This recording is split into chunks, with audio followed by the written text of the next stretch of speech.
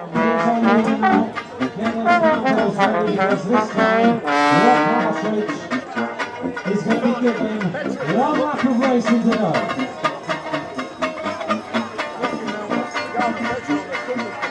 He lets it cross really calmly, making this climb look very, very easy indeed. The second place rider, Chris Alcanitra, where is he? He's going to lose a few more seconds this time. By the looks of things. Cav, I see you're boxed in again. I'm sorry, Cav, but language like that is just offensive. I don't think there's any sort of call for that sort of attitude. I'm disgusted. That's no way for a world champion to behave. Are you looking at Cyclo-cross for next season? How was your honeymoon? How do you feel about having Mark Renshaw back on team with you?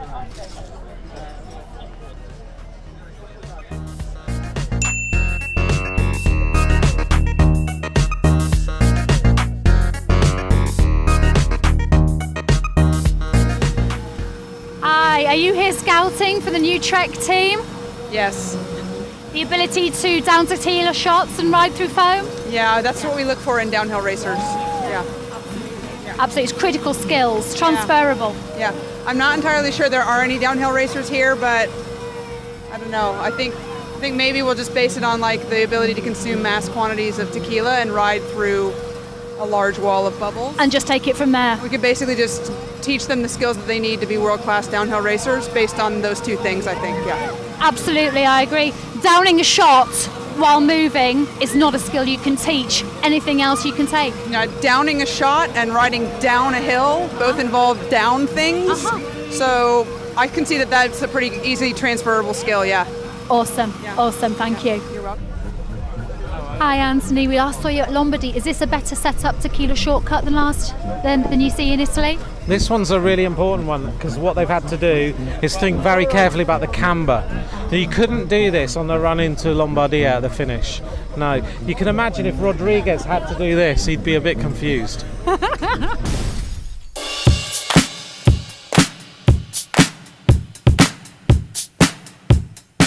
F1 star Fernando Alonso has denied that the title sponsor for his 2015 pro cycling team is to be the Statute of Limitations. The diminutive Spanish motor jockey stated, "It has become clear how big a part this principle plays in the lives of pro cyclists, and I wish my team to be a safe environment for them for at least 8 years.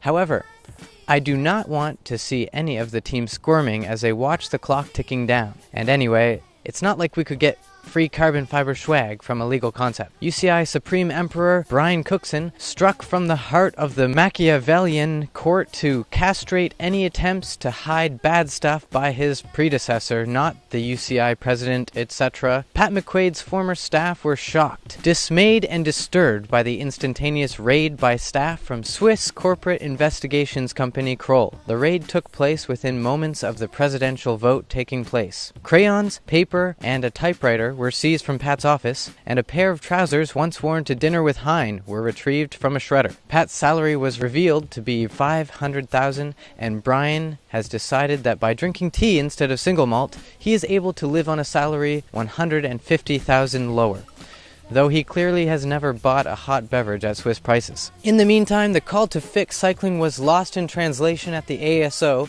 who proceeded to stifle the competition and rig the Saitama Criterium win in favor of Chris Froome. Despite the blistering chasing pace of the peloton, they were unable to catch the Tour winner as he outplayed, outfoxed, out-earned, and out-sprinted Rui Costa and Peter Sagan with his newfound sprinteriness. "To look at my stem at such a prestigious event, dominating world-class finishers in the closing stages means so much to me," said no one. In other news, dirty doper Michael Rasmussen has revealed that someone took a copy of his book before they should have done, and used it for their own gain. "I can't believe that people cheat like this. I worked hard to launch my book on one stage, and someone else has taken that victory by cheating. It's so unfair." In an unrelated story, Norwegian professional Canadian Ryder Hesjedal complained bitterly about his lifestyle and stated, "I gave up bunk beds and sleeping in cars in 2003. I don't do any of that bad stuff now.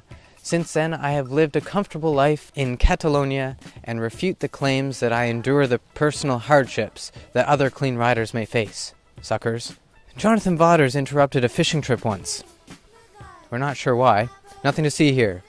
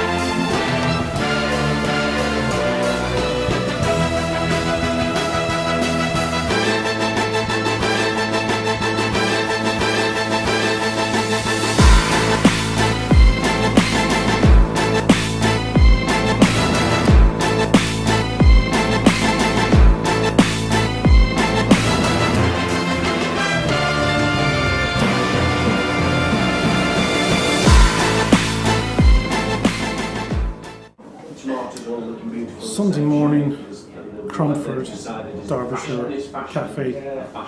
I am feeling the effects of wine, therefore I have enlisted a wine expert, and I suspect that someone else has a bit of a wine as well, which is really going to help my headache, but maybe they've got a valid point.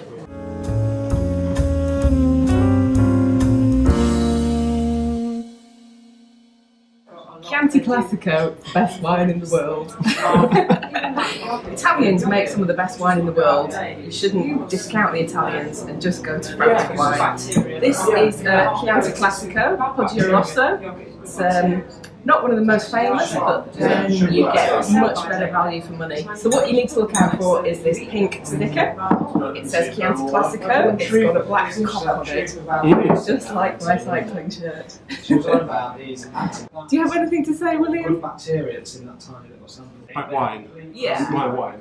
Yeah. My wine is time trialing. It's really kind of hacks me off when club dinners tend not to be particularly exciting environment, but when you have to sit through the same person getting the same, getting cups again and again and again, that kind of hacks you off really, particularly when you've focused all your training on just 5 weeks of the season to go uphill as fast as possible, when and you get one cup shared between everybody in the club.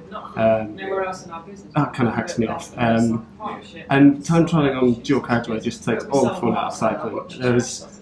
For me, there is no pleasure in doing that. Dual carriageway should be the last resort really for cycling, particularly ones that are full up with trucks and cars going at 80 miles an hour. Cycling should be about enjoying the countryside, making the most of the scenery and hills in particular. So it's just a bit of an effort to me when it comes to that.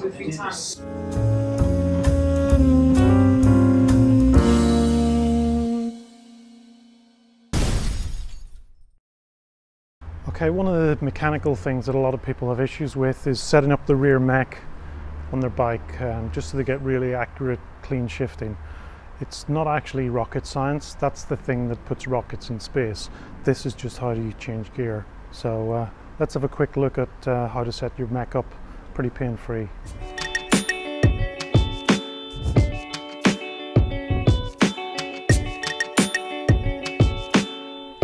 Okay, so basically what we're looking to do first of all is get the top jockey wheel here lined up with your sprocket. What you need to do is back off the cable tension here, so we want to turn this clockwise. So basically there's going to be no cable pull interfering with the adjustment. Now we've got two screws here, they'll say H and L on your bike, and we want to go to the H one. And all we're simply going to do is turn that, and you'll see how the mech is moving. So I want to turn that until I've got this directly in line here. Once I've done that, I'm going to take up the tension again, and I'm going to start pedaling. Make a shift. And you see here nothing's happening, so it needs some more cable.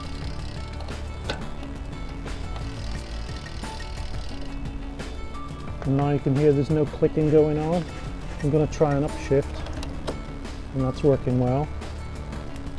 So I'm going to, again, a little bit more tension.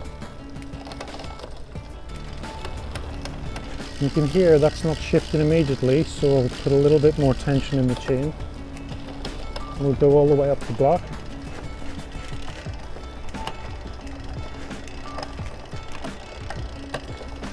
When you get to the top, you need to adjust the screw that says L, so that again it's directly in line with the top jockey of the mech.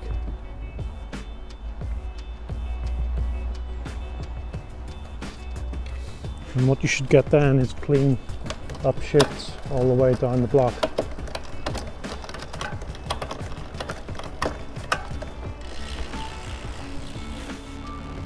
Okay, now we could do a more exhaustive feature on how the whole thing works, but essentially that's what you need to do. Get the sprocket in line with the top jockey wheel, get the tension so that each shift is moving you one gear, and then do the same at the top. And that should take care of a lot of the pains of bad shifting.